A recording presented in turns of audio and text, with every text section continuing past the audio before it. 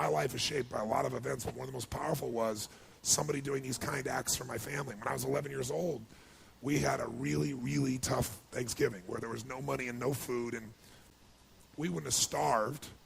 We always found a way to get something, but we weren't going to have a Thanksgiving dinner, that's for sure, certainly not a feast of any sort. And my mom and dad at the time were fighting like cats and dogs and saying things that once you say them, you can never take them back, you know, the kind of stuff I'm talking about.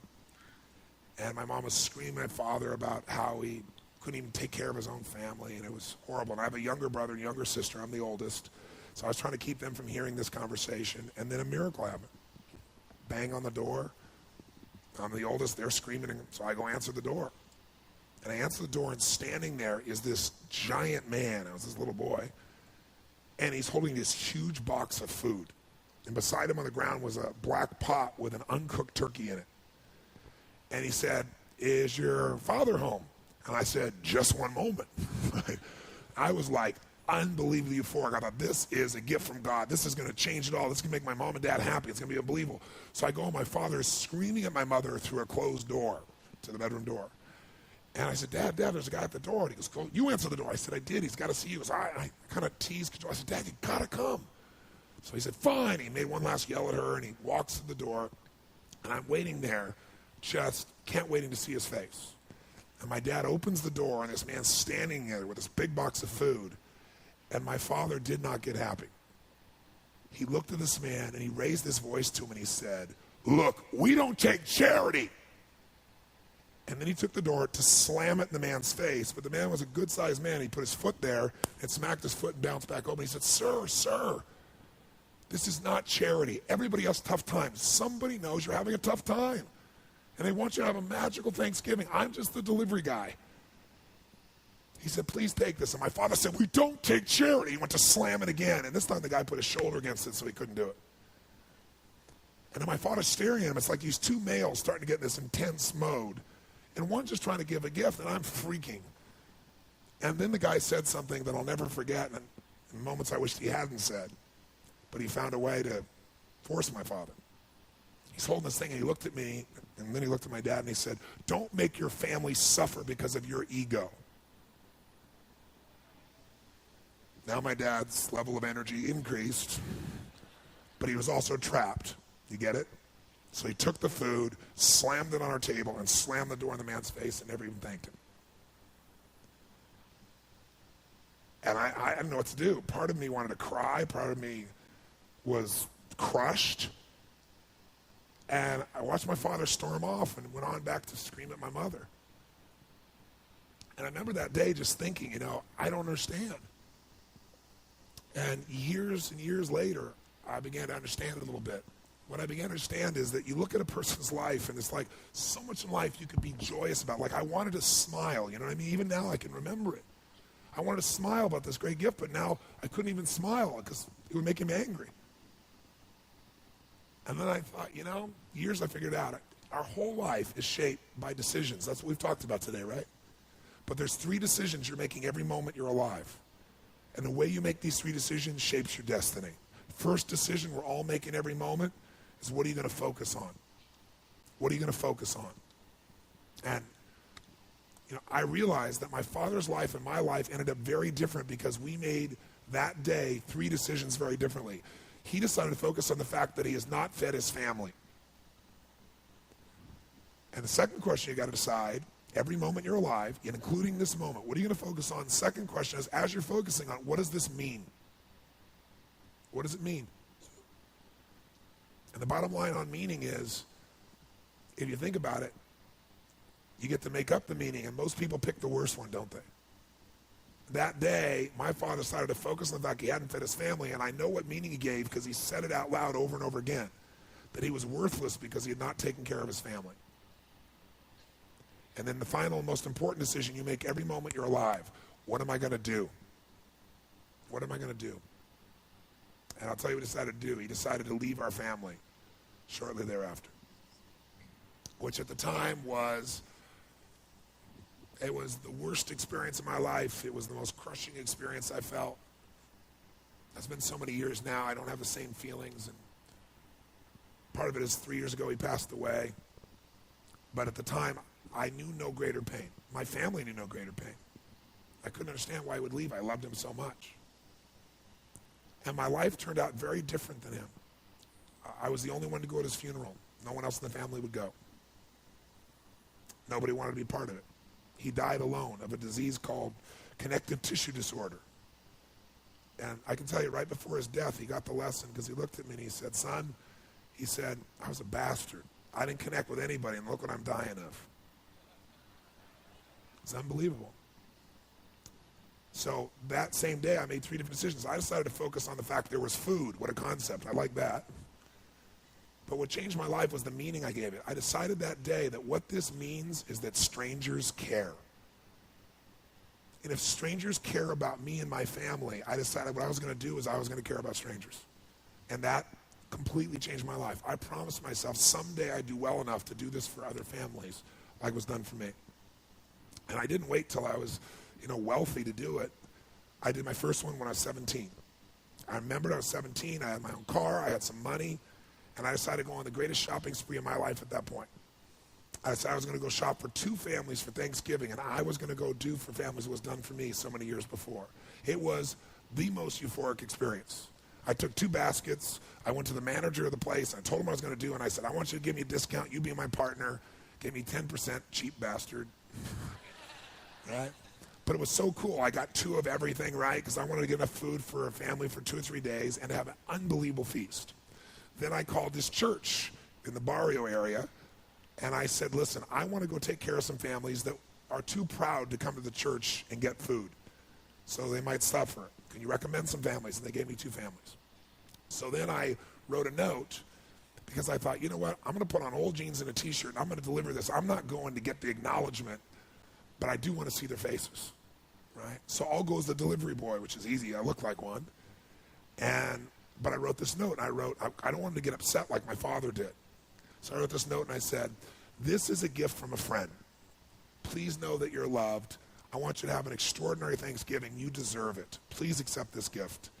And then I put under it, I said, if you can, someday do well enough to do this for one other family and pass on the gift. And I put love a friend. And then I realized I was going to an area that was more Latino, and I don't speak Spanish, so I thought, I got a friend to write on the back in Spanish so I could flip it around if there was a challenge. So I got one of my buddy's old vans, because I need a little room, put all the groceries in, and I drove to this house. And it was not what I expected, it was more. I got to this house, and I got 2 bags of groceries, and I banged on the door. Door opened, and this woman about this tall, right, stares up at me like this, right? And I said, hi. And it was very obvious she didn't speak any English, and she let out a scream when she saw the food. And by the way, this woman had 5 children and a husband. What I didn't know is the husband had left her 3 days before with no money, no food, and 5 kids. So I got these bags. So she screamed, and she grabbed me and started pulling my neck and like kissing me, right? And I said, no. I said, I'm the delivery boy. And she didn't understand a word I was saying. So I reached in my pocket, and I gave her the note, flipped it over. She read it in Spanish, and then she started to bawl. So then she came and started kissing me again. I said, no, I'm the delivery boy. I'm, trying to show her. And she goes, no, gift from God. I said, I'm trying not to bawl. So I'm like, where do I put this? And I'm doing everything. I hold it together, like smiling, but I want to cry. And she just pointed. It wasn't a big house. It's like a room. So I went over and I put the stuff on there. And just as I'm trying to put stuff on there, I hear these screams. And all of a sudden, bam, bam, 2 boys hit me, one leg and the other. These 2 little guys just tackle me, right? When they saw the food, they went crazy. When I saw the pumpkin pie, it was over. So I said, come out with me. And so they came out, and we kept bringing these groceries in. And I'm telling you, it was like, I don't know how to describe it. It was the most euphoric, fun, passionate, loving. It was like they're my little brothers, And so we brought all the stuff in, and they were laughing, and they were lit up. And then, I'd done it all, and it was time to go, and I didn't want to go, and they didn't want me to go. This one little boy just wouldn't let go of my leg, and he just kept looking up to me and hugging me, and I was like, but I had to go make the other delivery. So I turned to this woman, I said, I've got to go, And she said, okay, whatever her language was. I didn't know what it was, but I knew it meant okay, right? So I went to go leave, and then she grabbed my arm, and she started to have tears in her eyes. And I said, I wanted to say, Happy Thanksgiving, but I didn't know Spanish, so I went, Feliz Navidad. Figured it was close, you know. And she started she went from crying to laughing, right? And then she grabbed and gave me this big hug, and the kids gave me these hugs. And I remember I got out and I walked off, and they were all standing on the porch. And I got in this little van, and I drove it out and I turned it around. And as I went to turn it around, I looked in the rearview mirror, and I was feeling all this emotion building in my body. And I looked in the mirror, and I saw Mama standing in the porch with her kids, all the kids smiling. Mama sitting there crying hysterically and smiling from ear to ear. And I couldn't keep it together. I was right there, stopped in the street, and I started bawling uncontrollably. And I remember just thinking, this is a beautiful thing. Why is this making me cry? And, why is this great thing? Why am I so emotional about this? And then I got it. I realized in that moment that the worst day of my life, my father leaving, had actually been the best day of my life. Because if I hadn't had that experience, I wouldn't be here today. And now because of that, I get to live this life. And I have the desire and the drive and the want to give in this way. And so I've really realized that the worst day was the best day, that was God's gift. The gift wouldn't have been there if he would have stayed. There's an old country song that says, "Thank God for unanswered prayers." It's a story about this man who wants his prayer and finds out later on it wasn't fulfilled, right?